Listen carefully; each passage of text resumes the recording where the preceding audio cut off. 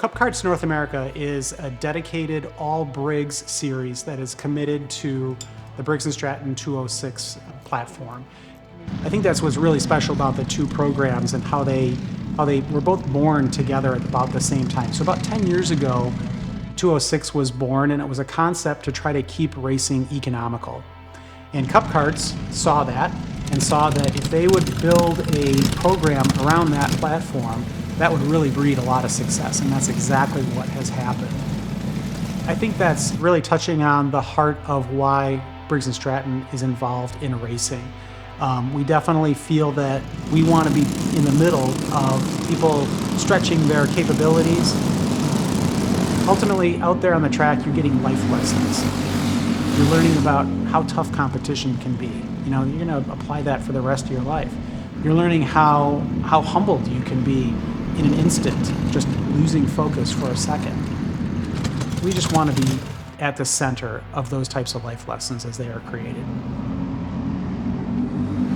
Karting makes better drivers, and I also think karting makes better adults, because in this sport they have to learn a lot of adversity, how to overcome adversity, how to deal with other people. We have 8-year-old kids out there that on a split second have to make a decision that most 8-year-old kids will never make until they're probably 15 or 20, and if they ever make them, and these children are making them at 8 years old. I feel it makes them better adults. I think it's important in this sport that we keep pushing the drivers, right? If we just ran the same thing all the time, we know what the gear is, we know what the setup is, they know the line, they know. I think it's important to constantly change it and make them think and improve and learn different techniques. I personally don't enjoy racing in the rain because I was never really good at it. So if it was dry, I would do well. The second it rained, I would typically fall back because in my opinion, in the rain, you have to be able to drive on that edge. And you have to be able to push as much as you can without going past that limit. And I struggled with that. I always liked to be under control. I didn't like to push that envelope. And it seemed like any time I did, I would spin, and that would really cost me more than what I was trying to achieve.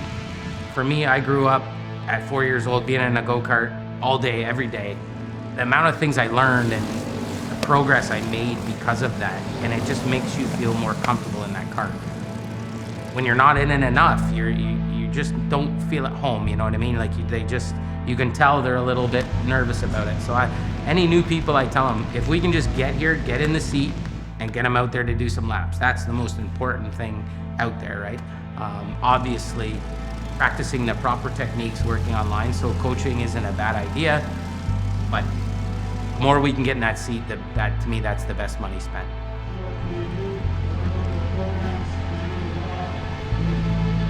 Over the last 4 or 5 years, I've really noticed that, if you come here and you run the track program and you do your best to train your driver at this track, it just seems to be beneficial. We can run well everywhere.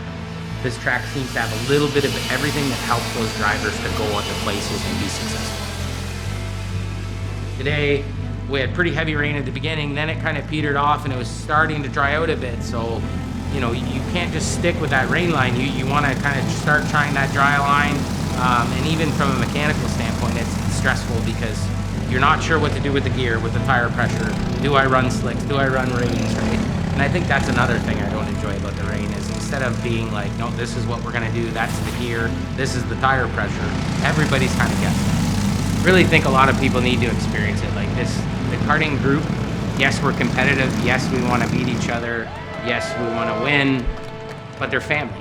And at the end of the day, we all look out for one another. Now we're getting kids at 4 years old that are starting to drive these things. Like how incredible of a feeling when that kid's old enough to drive a car that we're pretty confident that they're gonna do a good job.